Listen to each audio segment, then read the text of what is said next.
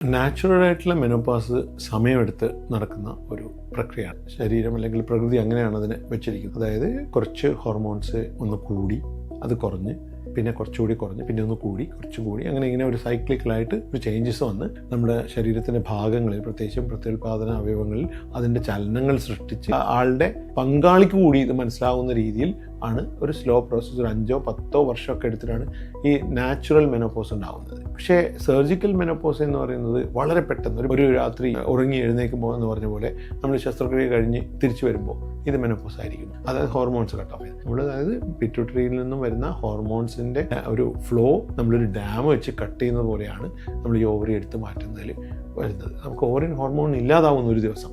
ഇത് 3 രീതിയിലാണ് വരുന്നത്. ഒന്ന് നാച്ചുറലായിട്ട് സ്ലോ ആയിട്ട് ചെയ്യുന്നത്, രണ്ടാമത് മെഡിക്കലി ചില മെഡിസിൻസ് കൊടുത്ത് നമ്മൾ ഇതിനെ ആർത്തവവിരാമം ഉണ്ടാക്കുന്നുണ്ട്. ചില ബ്രസ്റ്റ് ക്യാൻസറിൻ്റെ ഒക്കെ ചികിത്സയുടെ ഭാഗമായിട്ട് നമ്മൾ ചെയ്യാറുണ്ട്.